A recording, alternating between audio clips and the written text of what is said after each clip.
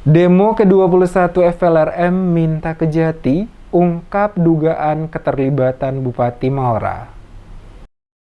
Elemen pemuda asal Maluku Tenggara yang tergabung dalam Forum Penyambung Lidah Rakyat Maluku untuk ke-21 kalinya menggelar aksi demo di depan Kejati Maluku pada hari Kamis 12 Agustus. Dalam aksi yang dipimpin Roni Somar dan Jumri Rahantoknam, masa pendemo mendesak Kejati Maluku undang Mugapol dan jajarannya segera mengungkap kasus dugaan penyalahgunaan dana COVID-19 sebesar 59 miliar rupiah yang dialokasikan oleh pemerintah Kabupaten Malra. Pendemo membeberkan dugaan korupsi penyalahgunaan dana sebesar 59 miliar rupiah diduga ada keterlibatan Bupati Maluku Tenggara M. Taher Hanubun. Rona Somar dalam orasinya menyatakan agar kasus ini segera diusut Kejati Maluku. Bahkan istri Bupati Malra Eva Elia ikut disebut berada dalam lingkaran korupsi ini. Roni Somar juga membeberkan dugaan markup penggunaan dana COVID-19 untuk pembelian ratusan masker untuk masyarakat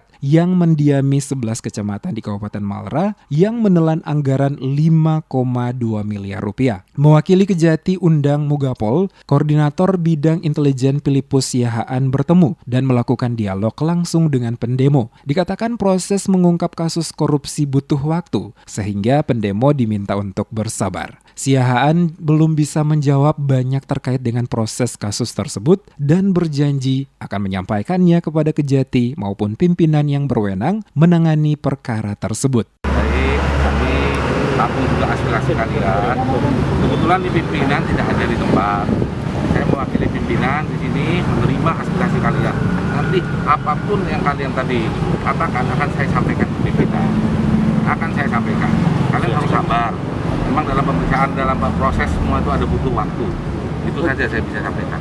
Diketahui sebelumnya dalam kasus ini, penyidik Kejati Maluku telah melakukan permintaan keterangan terhadap sejumlah pihak. Kasus ini dilaporkan komunitas Gerakan Forum Penyambung Lidah Rakyat Maluku pada 11 Februari 2021 lalu. Mereka menolak dengan tegas praktek korupsi, kolusi, dan nepotisme atau KKN dalam penyelenggaraan pemerintah, terutama dalam pengelolaan keuangan COVID-19.